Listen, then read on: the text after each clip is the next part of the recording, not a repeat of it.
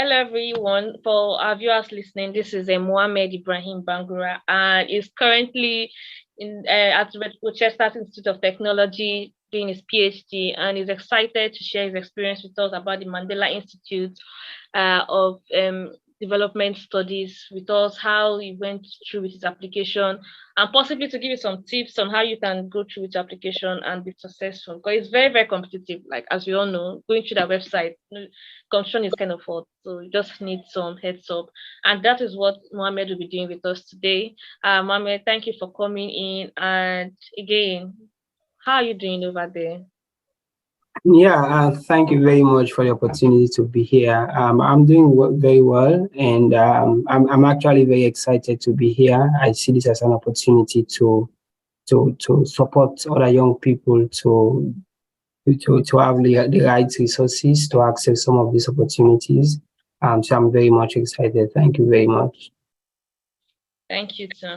So I was again going through their website, and it's this like a very simple way of me saying what's the scholarship about? Definitely, most of us must have like been to the website, you've seen everything that I want to see, but you know how Yeah. it is. Hearing from just smart is quite different from whatever you see there on the web.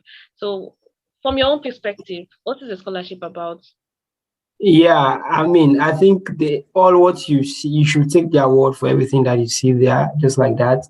It is a scholarship that is developed to essentially identify young people with some leadership, not necessarily leadership experience, but with some potential to be leaders for Africa, right? So essentially, they want to merge people who are doing very well in the academics, people who, but they are doing very well in the academics at the same time. They will need financial support to access quality education within the continent. So essentially, they just want to see you are doing well. You cannot support yourself financially, yet you have a very high potential to lead a cooperation within the African continent. I would say the baseline, that is what the scholarship is about. Yeah. Wow, thank you very much for that clarification. Your introduction, you were saying something about the eligibility. So when you mentioned young people, so I was just trying to know, is it like an age bracket? So for this particular age, this other age, or are there like a caption? What makes one eligible for this particular scholarship? Yeah. So the first thing, everything that I'll be speaking here, I want to reference everyone to make sure you go to the website so you read about this, because I'll just give a little bit just so that you understand how the scholarship works, right? So the scholarship is part of the Mandela Institute of the Development Studies. They have different programs. So one eligibility is that you have to be an African. One eligibility. There has essentially been no age requirement, but so you have to be an African. You have to reside in an African country, which means I cannot be living in the US and apply for this scholarship, right? And then there is a first class degree cap. That means you have to have a first class degree. So for now, I'm just telling you the hardcore requirements, but then I'll give you my opinion at the end of the day. So there is a first class. You have to have a first class degree. And then on top of the first class degree, they also say in the last 2 years of your studies, you should have excellent grades, right? Which means if you are applying, for example, for a graduate program, it means in your third year and your fourth year, I'm assuming the program you're studying is a 4 years program. It means you have to have A grades. You have to have grade A in all of your courses, right? Yeah. So these are the main requirements, and then other soft requirements. Those are the hard requirements, right? Like those ones you can't change them in 1 year. If you have graduated from a university, you cannot go and have good grades again. So those are like given, they are hard requirements. Then for the soft requirements, those are the things you have control over, right? You have to demonstrate that you possess some leadership ambition for Africa. You have to demonstrate that you are very au fait, you are very familiar with the issues in Africa, because in the interview stage, so they have stages. I'll come to the process, but in the interview stage, you'll actually test those things to ensure that you do have those skills, that you are very aware of what is happening in Africa, irrespective of where you're coming from. So one requirement as well is that you have to apply for a university outside your country, because they keep adding universities from across Africa. So if you are applying from Nigeria, they expect you to apply for a university in Ghana, university in Rwanda, university in Morocco, and a university in South Africa, Mauritius. As it should be outside of your country, which also will demonstrate that you are willing to move out of your comfort zone. You are willing to move to a new part of the continent and learn about Africa. Yeah. Wow, thank you very much. That is very clear. Okay, yeah, you mentioned the application process, which is probably one of the basic, probably as the most important factor for this webinar. Let's begin with the requirement. By requirement, now I mean the application process. Usually, you see on the website, okay, submit this, cover letter, that, and all that. Or I think specifically, they mentioned that you must have gotten admission, must have applied and gotten admission into a business school, right? Also in another African country different from your country of residence. So could you walk us through?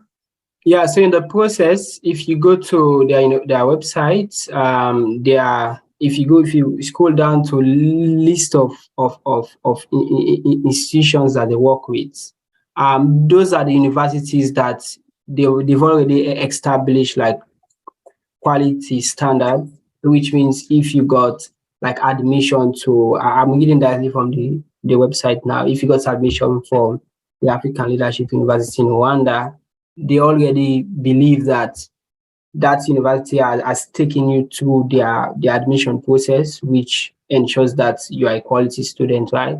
So I think that is the first stage of this entire process. You should have gotten like admission, right? Which means if you plan to get this scholarship next year, it means you have to start thinking now, which one of these schools do you want to attend? There are around, I think, 15 schools or 15 universities, right? You have to think about the one you want the university you want to attend. I would take for my kids, I had applied for Carnegie Mellon University already, and I've gotten admission. And then 2 weeks before my class, I start classes. That was when I applied for the MINDS scholarship. So it makes it easier for them to reduce the application put in time for you. My application process probably took around 3 weeks. That is from the time I submitted my application to the time they interviewed me to the time I was offered the scholarship. So it is that short. But I can imagine, I'm sure there are people who probably never had admissions earlier. But I don't know exactly how that will work, but I think it's important that you get your admission first, or at least you have submitted your application to one of these universities, so that it's easier for them to evaluate your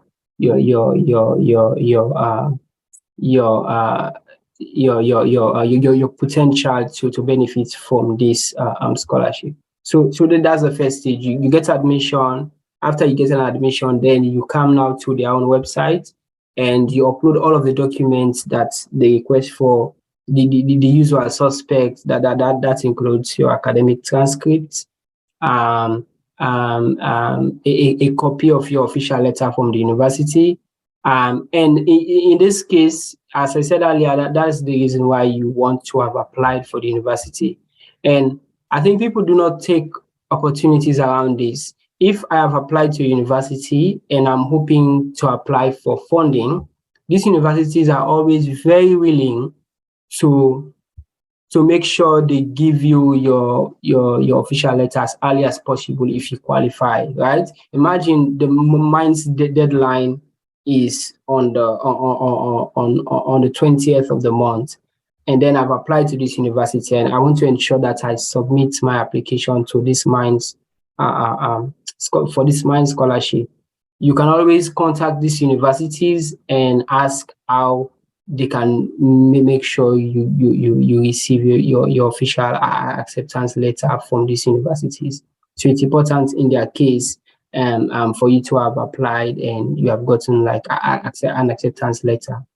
And then study permit, visa, those things, they are very optional. I didn't even have them when I applied, but again, it helps them because they have different funding arrangement for different universities.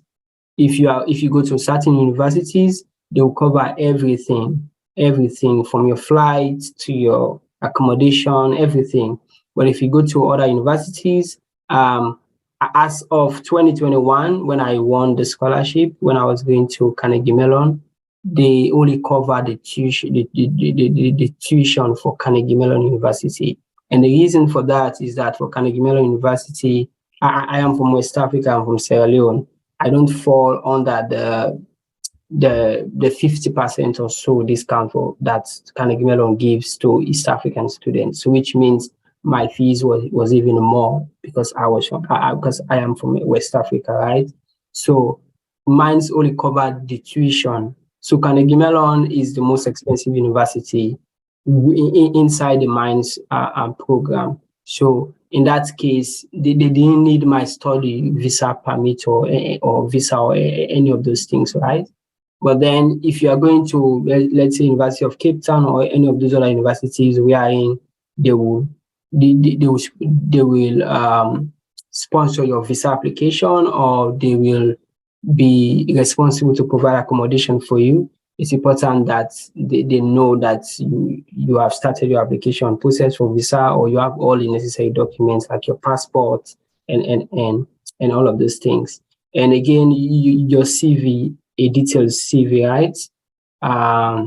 Your reference letters from people you have worked with, your professors from your previous university or your school or your church, anybody that can say something about you professionally. They need those things. I think that is entirely on your side what you have to do. And once you have these things, the next thing they do is if you pass that first stage, the next thing it will be an interview. In this interview, it's like a panel interview. In my case, there were 3 panelists, and then they will ask you every detail about your application, about your essays. So in the application form, they have around 5 essays, and I'm talking as of 2021, right? When I applied, they have like 5 essays that you have to answer. And all of these essays, they are not about physics, chemistry, about how much mathematics you can solve.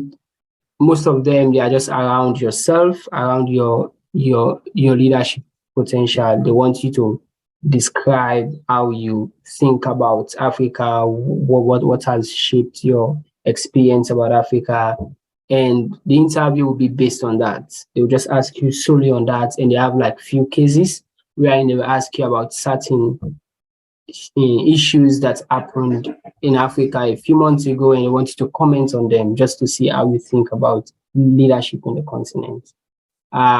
So just to recap the processes, you identify a university you want to apply to, whether it's undergrad or master's. You send in your application to that university.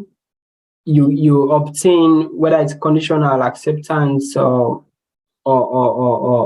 you get full acceptance to the university. You have that later, and then you make sure you have your CV, you have your transcript from your previous university, I think if you are coming from secondary school, I do not know how this happens. Maybe for people from Nigeria, but from Sierra Leone, you will have like your WAEC results. I think that is equivalent to a transcript if you are applying for an undergraduate to an undergraduate university, right? So you have that transcript or your WAEC results, and then you have people to reference to write letters on your behalf to say we know this person, we know Mohammed Sabs, blah blah blah, somebody to recommend you, and then you have series of essays, around 5 essays.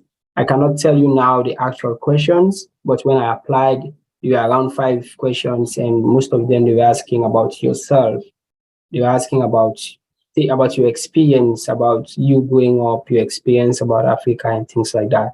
And once you send that up, you send all of those things, then they will wait to you wait for them to give you the award, and then they will schedule an interview that you have to attend remotely, and then they'll make a decision after that. Yeah. So this is in short the process. Wow, thank you very much. You really summarized it. But you know the thing about scholarships like this one, they are very, very competitive. So knowing about the process is not definitely a should I say a mandatory condition that you must get that scholarship.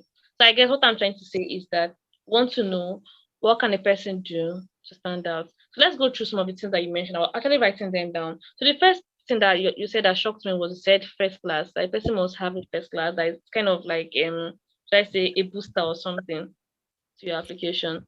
Yeah, Correct. yeah. Um, so I mean, I'll be seeing some of these things, just the way I see some of these things. I feel like scholarship like this is actually very easy to get because people tend to not apply to things like this because they are like, oh, these things are not very achievable, right? But as I say, most of the eligibility, what you have there on the website under the eligibility criteria, those are the hardcore things, right? You reside in an African country, you formally receive what, and the one about the first class, they said you obtain at least 70 in each subject course in your last completed years. And the reason why I mentioned the first class, most likely, I in my undergrad, I did my undergrad in Mauritius, and when you get 70% for I did electrical engineering, 70% in any subject in your last few years will give you a first class. That is why I mentioned a first class. But you do not necessarily need to have a first class. The only reason I've been talking with a lot of people on this, the only reason why I always advise, I mean, this is something you do not have control over, right? Because you've already graduated from that.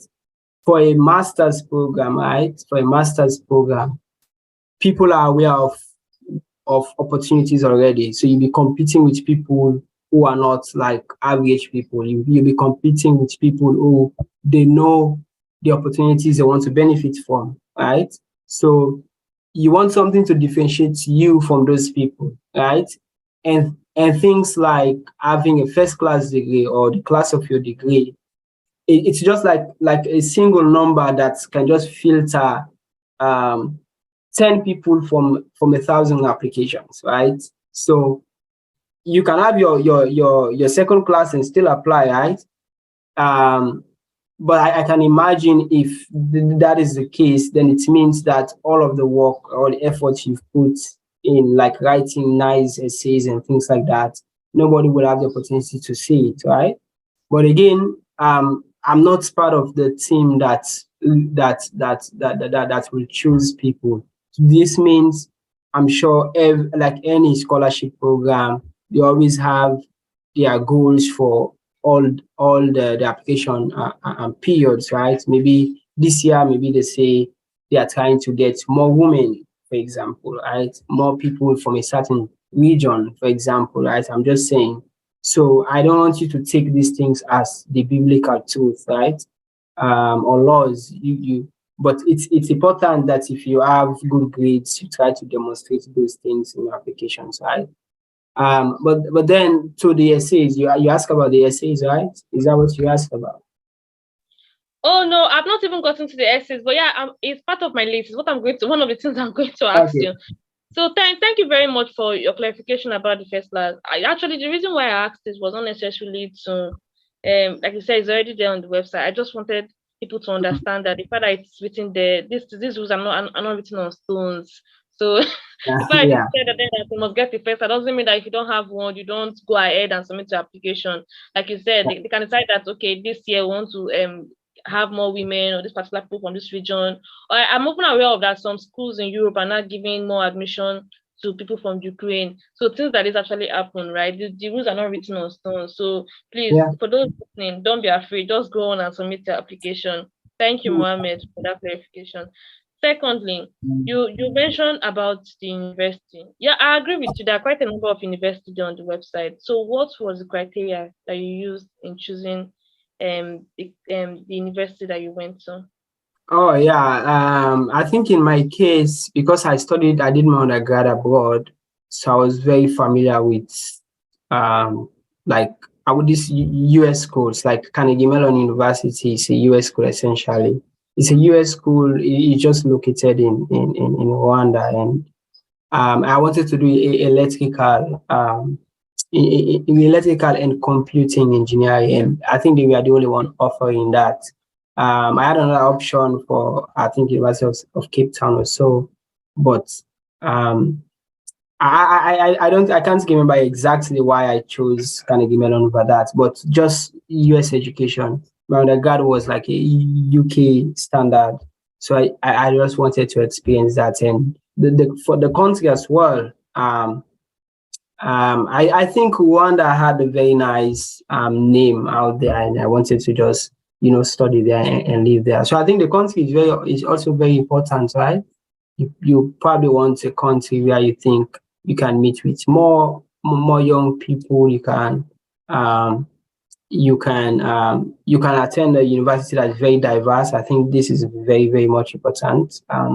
When I mean diverse, if you go to Carnegie Mellon, maybe half of the students are from other countries, right? Yeah, and I also did not want to go to a public school. I think for me that was just it. I wanted to go to like a private university. You really said a lot. Yeah. Okay, yeah. So you're from Sierra Leone, you did your undergraduate in Mauritius and then like your master's in Rwanda and now your PhD in USA. I could literally call you a global citizen, and you have to say yes to that. Okay. I think I'm getting there. Yeah, I'm getting there. You are Yeah. already because Yeah. wow, like you're really, really, really diverse. You've experienced lots of countries, and that's a great one. So you also mentioned the reference letter. Yeah. Usually, this is one very important part of scholarship, which though some people may actually ignore. Let me give you an instance. So there's this story about someone that he met two lecturers, to give him a reference, and some lecturers can actually be very lazy about stuff like this. They will ask you to go and write it yourself, then give it to them to edit and Yeah. upload. So I guess he sent the same thing to the two of them, hoping that they will edit it, but they didn't edit it. So they uploaded it exactly as he sent it. So it was Wow. two reference, but one content. So Wow. it's awful. So I guess this my question is what what do you think? How should we take the reference letter seriously, especially when it relates to the Mind Scholarship? Yeah. I don't know if I can stream it directly just for the Mind Scholarship, but I've been very fortunate to receive scholarship for throughout my studies from undergrad, and I've guided a lot of people to apply. I think what I would always say is be honest with your applications, right? Because people, because you are competing with people, and you don't want someone to identify anything that will reduce the chance of you getting a scholarship. I know people are very fond of that back home, especially our professors, our Like you ask them to do these things for you. They say, oh, just write it and send it to me. You understand, right? Yeah, people are very fond of that. But then it also demonstrates that this is somebody who is not willing to invest in you, right? I remember for my undergraduate, I got someone from my church to recommend me, right? I got somebody that I used to work with, like when I was in secondary school, I used to do like those community service, like those school projects, those community service, school based volunteering services. I got somebody to recommend me, right? So I think it's important to identify someone with that level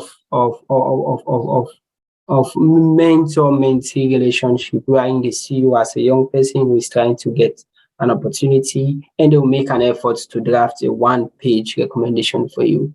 I've been in a committee where for a certain scholarship, we're actually reviewing these things, and the recommendation is the last thing we look at. And usually we look at it when maybe in your essay you mention that I worked with this thing, I worked with this thing, I worked with this thing. And then we try to say, okay, you worked with this thing. Let's see what this person from that organization is saying about you. You get, right? So it's, imagine now you have a very nice piece of essay saying you served this, you served there, you served there, and then no one from that organization is in the list of people that really recommended you. So it will bring up this question of, oh, this thing is probably painted, right? So I think it's just important to um get a mentor. Like I think that's just the first advice. Like, get a mentor, get somebody who sees you as somebody who is dedicated to your work, and they are willing to spare time and just draft something for you. I've had a situation wherein somebody will draft something for me, and then they ask me to take a look at it, right? Or then they say, oh, um, can you send me the last draft that I sent, that I made for you? You understand? So those ones, they give you the opportunity to see this thing. But then there are people that are very rigid. They'll just write it because they just write it and send it to the institution directly, because they have their integrity. They don't want it to be tampered with and things like that. So I think that would be my general advice. I cannot trim this down specifically to the minds program to say what you should do, but just be honest and find somebody that can genuinely spare time to write something on your behalf.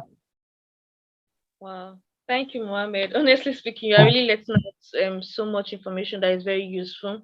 I like it when you said that someone that is willing to invest on you can actually like sit down and create time to write something very wonderful. For my personal experience, I think once I was applying for a scholarship, the Commonwealth scholarship at the University of Edinburgh. So I had one of my lecturers to write me a reference letter. It took him so long, and it was almost like few hours to the deadline. And I was asking him, "What of the reference letter now?" He told me, "Do you know what it takes for him to write a reference letter?" I was already used to like the usual character Yeah, of write and send to me. My point is that when the man later sent me the reference, I was reading about me and I was like, oh my God, is this me that the man is talking about? wow, wow, And then yeah, that was the best reference I've ever seen. Like I've ever even heard anyone talk about me before. So yeah, yeah, you were correct. Someone that yeah. is willing to invest in you, go the extra Yeah, mile. maybe I'll just comment one thing here. I think you can actually help with guiding them, right? So usually I don't send WhatsApp for this thing. I sent an email. Hey, Mr. Bangura, I'm applying for this thing, and and I really appreciate you send my application. My application is I'm tailoring my application to be around. Let's see the general thing. What is it? Let's say activism, right? And my question is centered around this topic. I will appreciate if you do things around this, right? Because if you treat people with if you demonstrate to people that, oh, you take this very serious, I'm sure they are going to do something. Yeah. Thank you. Thank you very much. I also like it when you mentioned also that if you had written about a thing on your essay, about a project or a workplace that you really hyped. I don't want to use the word hype, but you wrote a lot about it. I should probably get a reference from that area. Thank you, because that is a very important part that most people ignore. Probably they are not able to get a reference from where they spoke so much about on their essay. Do not get a reference from another place. That doesn't make the application look, it doesn't reconcile the application. Looking through that document, the essay is different, the reference letter is from another company. Yeah, Yeah. thank you. That is a very important tip. I'm also going to apply that tip. Thank you. Yeah. Also, um, the essays, I don't want to use the word shy anyway, but you were trying to like avoid stuff saying much about it. Probably it might have changed since 2021 down to 2023. But can you just give us a brief overview of what it was about? Probably, I know it's about you, yes, but different scholarship have different questions, right? Commonwealth might Yeah. have a different chevening and all that. So could you help us? At least the ones Yeah. that you answer. Yeah. Sure. I can share. I'm not sure there is any. Yeah. I can share. I think for mine, most of my essays are around. They are very short essays, 250 words max, and most of them I'll actually try to pull them up. Um. So there are questions around. They ask you to describe yourself, your experience, and how they say describe yourself and how your experiences have shaped your current views about Africa, right? And I think this is like one question, and the other ones are kind of like follow ups on this. And I think this type of questions they give you the opportunity to demonstrate that you are very familiar about current issues in Africa, right? And it should all start from something that is affecting you, right? Like something that's affecting you. I had a background in my undergrad in electrical and power systems engineering, and where I was born in Sierra Leone, where I grew up, like access to electricity was just very difficult, right? And I saw how my development like was exponential when I moved to another country where I didn't have to bother about electricity or power outage, right? So I tailor my essay on that, right? Like my experience as a kid growing up and coming to and not having access to electricity, and now having access to electricity, seeing how it has changed my mindset and around how just this piece of technology can actually influence how it influenced my livelihood, my community, and things like that. They don't.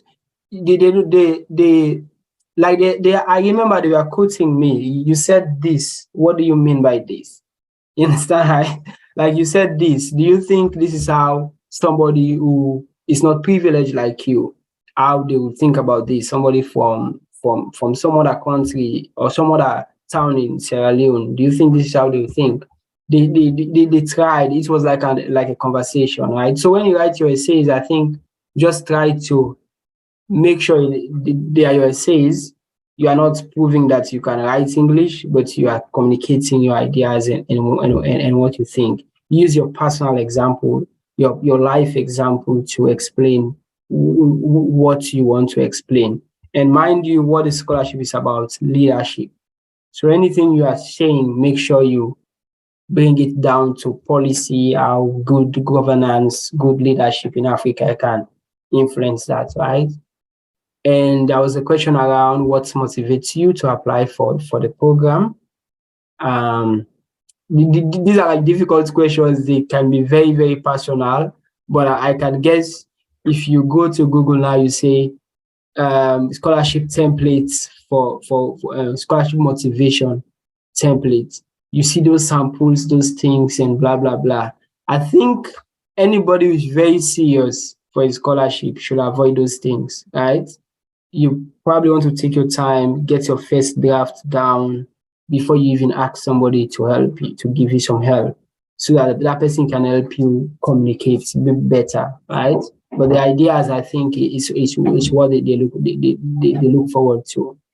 I think the Mind Scholarship was the only one amongst the scholarship I've gotten that they scrutinize the essays a lot. like my interview was probably 45 minutes or so. And all of the things we discussed, all of them, they were just asking questions about the essay.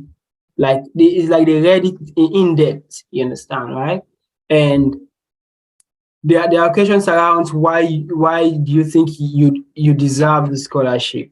Why do you think you deserve the Mind Scholarship? Yeah, and I think for things like this, as in my case, I'll use my case. I talk about me being a first generation college student, right? And my uh, and the need for me to get like support so that my ambition or what I think about about the impact I want to make, so that they are not just shattered just because I can't afford a certain school. And I think I also mentioned that I did not just want to do a master's just because I wanted more education, but I want to do it in the best school that I can afford, right? Yeah, I think things around that. And yeah, I think one main question was you should describe an instance in your life where you had to take an initiative. Yeah, where you had to take an initiative, and with that one, there was a follow up on what is your vision for Africa. I think for this last question, what is your vision for Africa? We probably took 15-20 minutes on that question. I just wanted to see what you are thinking, right?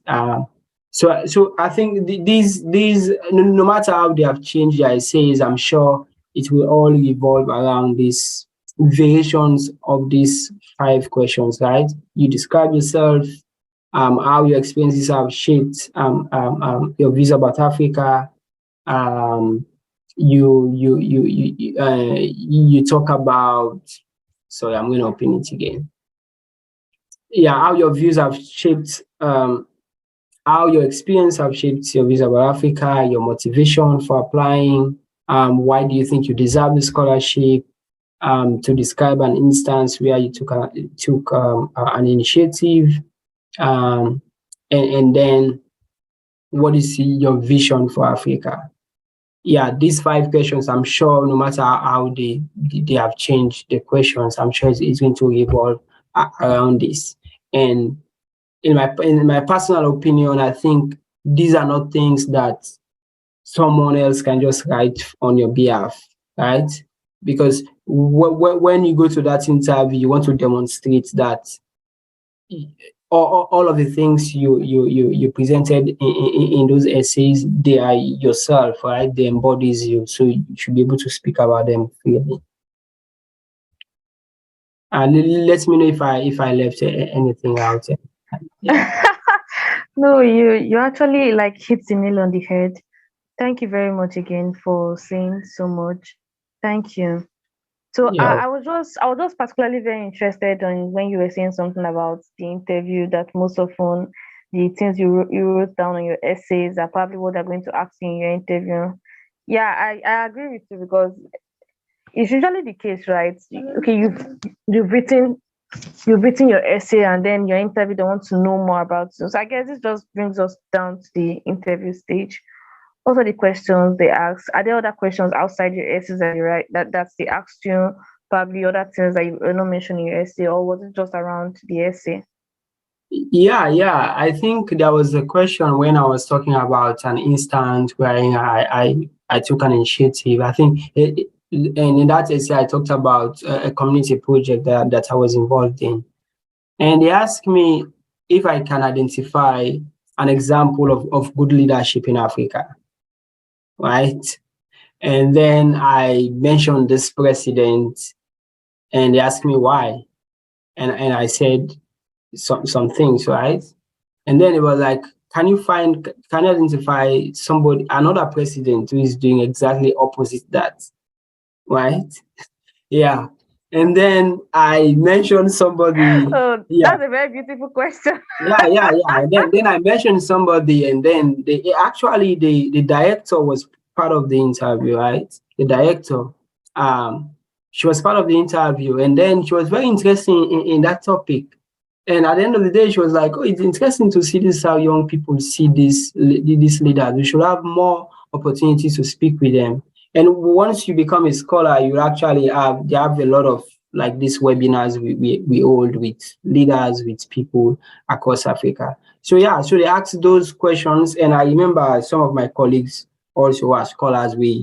They ask them like similar questions, like just questions around leadership, like what do you think these presidents can do better? What do you think? Why do you think this country is suffering from things like this?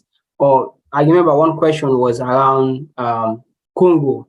What role do you think a country like Rwanda or Uganda would play to help solve the issue in Congo, right? Yeah, like things around this. So if they ask you and you're not very familiar with this, it's actually just shows that you are probably a grade A student, but you are not necessarily interested in what is happening in Africa. Yeah. Oh wow, this is a lot. Like, because yeah, there are lots of people out there. They might be doing great academically, but they don't really pay much attention to international news or even news within the continent.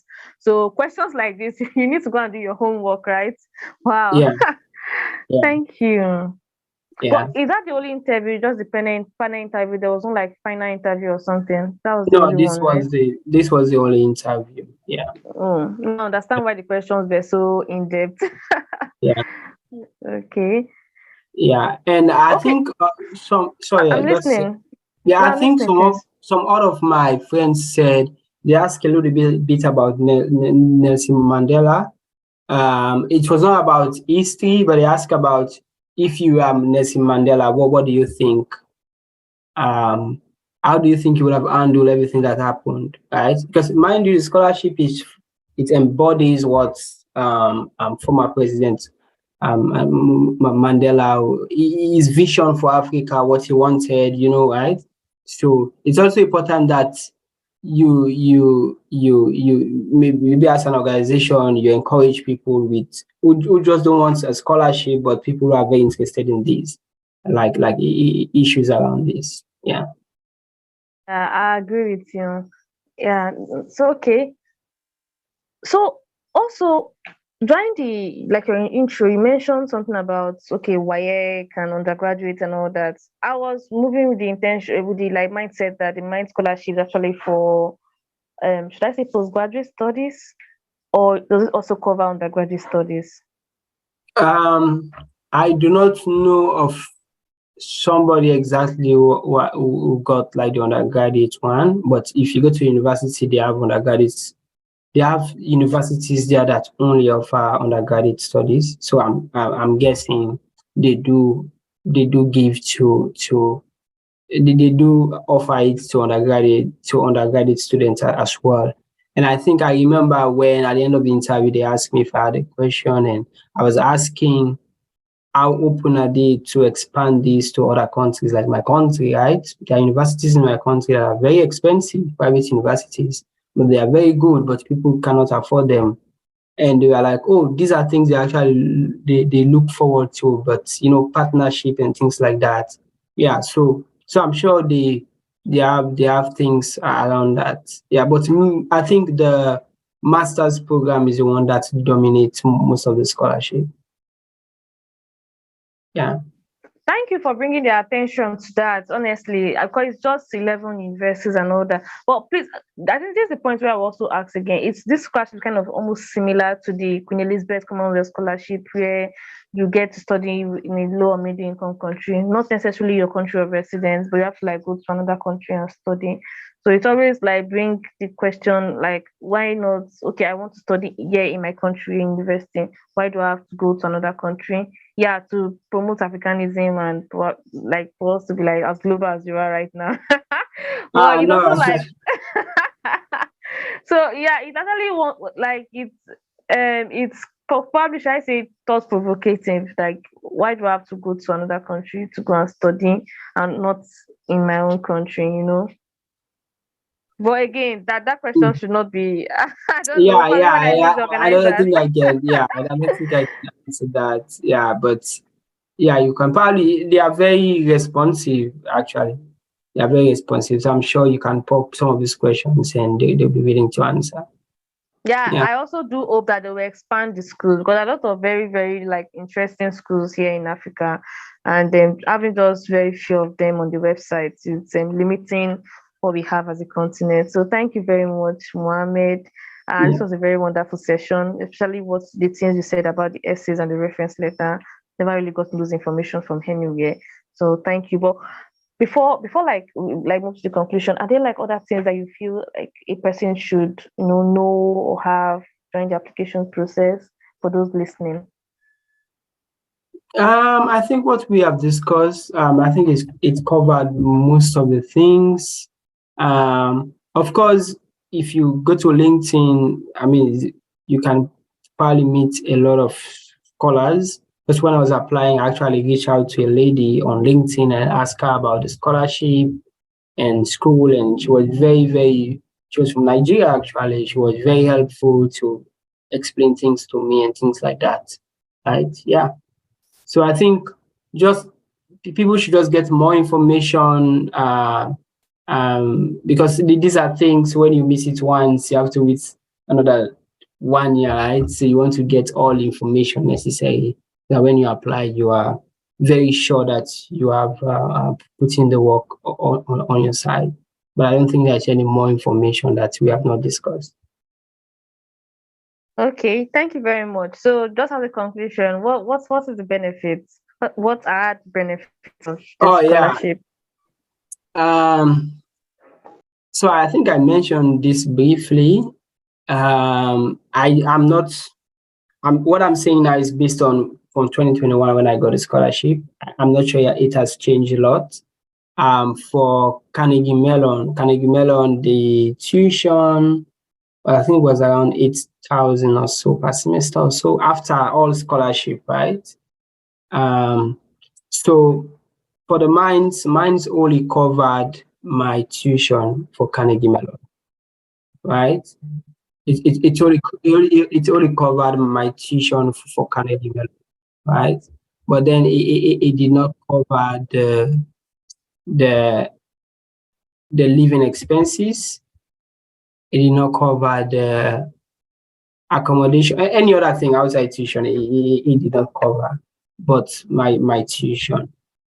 Um, so, but I know people from other universities, whether it from all of those universities, because we chat, we talk. I know they cover, I think, almost every other thing because the tuition is not very expensive. You understand? And for those ones, they cover the accommodation, they covered flights, they have like a stipend. They cover what else again? I think the flight is one way until you finish for the master's program specifically. And apart from those supports, there is a lot of there